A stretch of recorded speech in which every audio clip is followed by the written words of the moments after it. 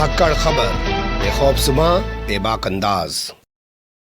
धाकड़ खबर के news room से मैं आपके साथ हूं अकरम रईस खान। अगर आपको नेता बनना है और एक मजबूत नेता बनना है जो लंबे समय तक राजनीति में टिका रहे और सत्ता के हर गलियारे का यानी कि पंचायत चुनाव का भी मजा ले, विधानसभा का भी मजा ले, लोकसभा का भी मजा ले, मंत्री पद का भी मजा ले, ये मजा लेना है तो आपको बनना पड़ेगा दंगाई। ये बात कोई नई नहीं है, आप लोग पुराने बहुत सारे चेहरे देख सकते हैं। डॉक्टर संगीत सोम मुजफ्फरनगर से सांसद, भारतीय जनता पार्टी की सरकार में यानी मोदी सरकार के अंदर मंत्री बने बैठे हैं, उन पर मुजफ्फरनगर दंगे भड़काने का आरोप है।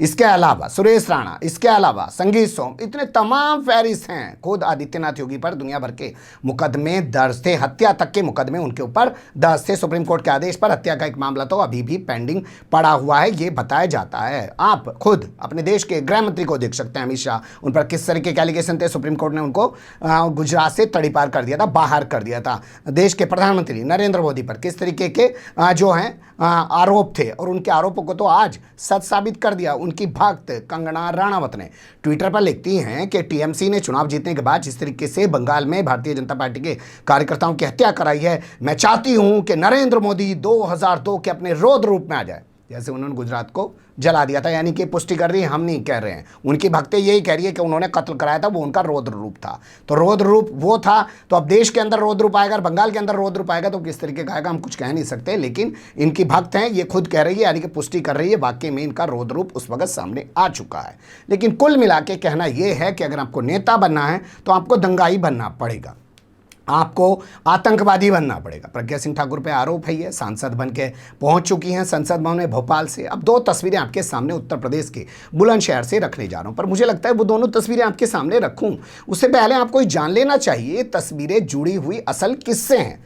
3 दिसंबर 2018 में आपको चलना पड़ेगा। बुलंदशहर का सियाना थाना है, सियाना थाने पर एक थानेदार यानी कि एक इंस्पेक्टर तैनात है, नाम है सुबोध कुमार सिंह, जाति से ठाकुर हैं और सत्ता में जो इस वक्त उत्तर प्रदेश की बैठे में आदित्यनाथ योगी वो भी ठाकुर हैं। बावजूद इसके इस ठाकुर इंस्पेक्टर की बड़ी बेरहमी से हत्या कर दी जाती है। आरोप लगाया जाता है कि क्षेत्र के अंदर गोकशी हो गई, उसके बाद एक चौकी के बाहर जाम लगा दिया जाता है, वहाँ पर जाम हटवाने के लिए जाते हैं, उसके बाद इनकी पीट पीट कर गोली मारकर बेरहमी से हत्या कर दी जाती है। इनकी हत्या के आरोप में 2 लोगों को जेल होती है, एक 8 महीने जेल में रहने के बाद जमानत पर रिहा हो जाता है, दूसरा साल भर तक जेल में रहने के बाद जमानत पर रिहा होता है। और दोनों लोग, एक जिला पंचायत सदस्य चुना गया, जानते हैं ना जिला पंचायत, और दूसरा अपने गांव का ग्राम प्रधान चुना गया है। तो है ना फायदेमंद, दंगाई बनो, मीडिया में प्रचार होगा, पुलिस आपके खिलाफ एक्शन लेगी, नेता आप बन जाएंगे और फिर बाद में आप मज़ा ले सकते हैं कुर्सियों का। तो सबसे पहले बात कर लेते हैं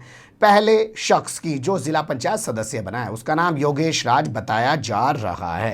पहले वो बजरंग दल का नेता हुआ करता था, जिस वक्त उस पर इस हत्याकांड को अंजाम देने का आरोप लगा था, और अब वर्तमान समय में वो बताया जा रहा है कि बजरंग दल से जुड़ा हुआ नहीं है। उसने वार्ड नंबर 5 से, वार्ड होते हैं ना जिला पंचायत के, तो वार्ड नंबर 5 से उसने चुनाव लड़ा और चुनाव लड़ा तो वो जीत भी गया और उसने अपनी एक अहम जीत दर्ज की है, यानी कि वो वर्तमान समय में जिला पंचायत सदस्य बन गया है। उसने निर्दोष चौधरी को 21 वोटों से हरा दिया है। निर्दोष चौधरी जो उसके सामने निर्दलीय प्रत्याशी के तौर पर मैदान में थे, बताया जा रहा है उनको 21 वोटों से इसने हरा दिया है। अब इस बाबत पत्रकारों ने इससे बात की कि अब क्या करेंगे, तो इसने कहा कि 2024 मेरा अगला टारगेट है, यानी कि ये चाहता है कि बुलंदशहर से सांसद बनकर संसद में जाकर बैठ जाए। इसने अपनी इच्छा जता दी है। तो यहाँ सवाल कई सारे पैदा होते हैं, क्यों भाई 2022 की क्यों नहीं बात कर रहा? 2022 में तो उत्तर प्रदेश के अंदर विधानसभा चुनाव है और 4-6 महीने का वक्त है।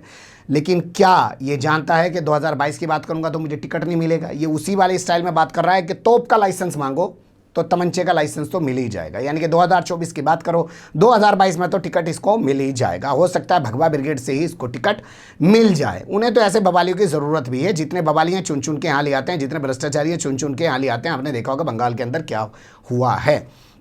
इसका आगे कहना है कि मेरे ऊपर हत्या का केस दर्ज नहीं है, मेरे पे हत्या का आरोप नहीं है इंस्पेक्टर की, मेरे ऊपर दंगा कराने का आरोप है, दंगा भड़काने का आरोप है। उसे भी बड़ी शान से बता रहा है दंगा भड़काने का काम भी कोई मामूली काम होता है। तो एक तस्वीर हुई ये कि जो सुबोध कुमार सिंह की हत्या का मुख्य आरोपी था वो योगेश राज अब जिला पंचायत सदस्य बन चुका है, अब इस सिस्टम का हिस्सा बन चुका है। अब यही पुलिस वाले उसको सलाम बजाते हुए नजर आएंगे। इनको भी शर्म नहीं आएगी कि ये हमारे इंस्पेक्टर का हत्या आरोपी है, क्या हम इसको सलाम बजाएं। और ये बड़ा चौड़ा हो के पुलिस वालों को फ़ोन किया करेगा, मैं योगेश राज बोल रहा हूँ, मेरे यहाँ पे शिकायत आई है, इन लोगों का ये मामला निपटाइए, FIR दर्ज कराइए, इसका नाम निकालिए, इसका नाम डालिए। ठीक है, ये तमाम चीज़ें होंगी। क्या इस सिस्टम से हम कभी आज़ाद हो पाएंगे? नहीं हो पाएंगे ना।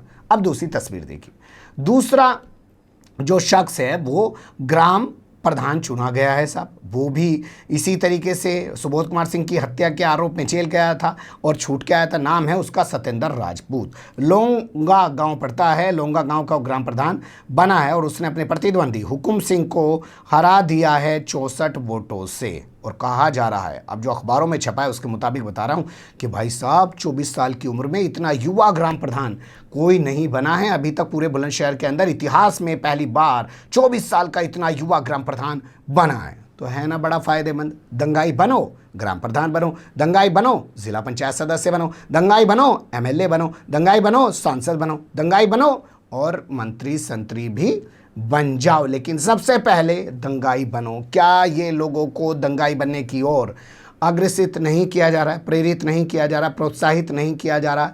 क्या इससे लोगों के अंदर ये नहीं होगा, यार हम तो 20 साल से राजनीति में घूम रहे हैं, हमें कोई जानता नहीं था, पहचानता नहीं था, ये जरा सा दंगे में आया, इसको मीडिया ने खूब चमकाया, पुलिस वालों ने भी पता नहीं कैसी चार्जशीट बनाई, छूट के आ गया, तो इसे एक नेता बना दिया है। तो पुलिस और मीडिया जिसे चाहे उसे नेता बना सकते हैं, तो हम भी नेता बनेंगे, हम भी कल को बवाल दंगाई करेंगे, कुछ उल्टा सीधा बयानी देंगे, भड़काऊ बयानी देंगे, और हो सकता है यहाँ से अब इसके भड़काऊ बयान देने का सिलसिला शुरू हो और ये अब अपने आप को इस्टेब्लिश करता चले जाए। 2022 में इसका एक नया रूप MLA के रूप में आपको दिखाई दे और हो सकता है जैसे कह रहा है कि 2024 में संसद में ही पहुंच जाए। इसके इरादे बड़े मजबूत हैं। हालांकि ग्राम प्रधान के हवाले से कुछ भी अखबारों के अंदर नहीं छापा गया है, सिर्फ इतना ही लिखा गया है कि सतेंद्र राजपूत ग्राम प्रधान बन गया लोंगा गांव का और वो 24 साल की उम्र में सबसे कम युवा प्रधान बनने का गौरव उसने हासिल कर लिया है। अब बताइए, एक इंस्पेक्टर के हत्या आरोपी पुलिस वाले जब एक इंस्पेक्टर को इंसाफ नहीं दिला पा रहे हैं उत्तर प्रदेश के अंदर, तो सोचिएगा ये आम आदमी के इंसाफ के लिए कितनी लड़ाई लड़ेंगे।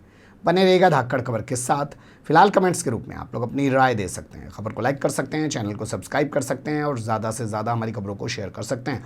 फिर ऐसे ही किसी सुलगते हुए या उलझते मुद्दे लेकर मैं आपके सामने हूँगा हाजिर। फिलहाल अभी मुझे दें इजाज़त।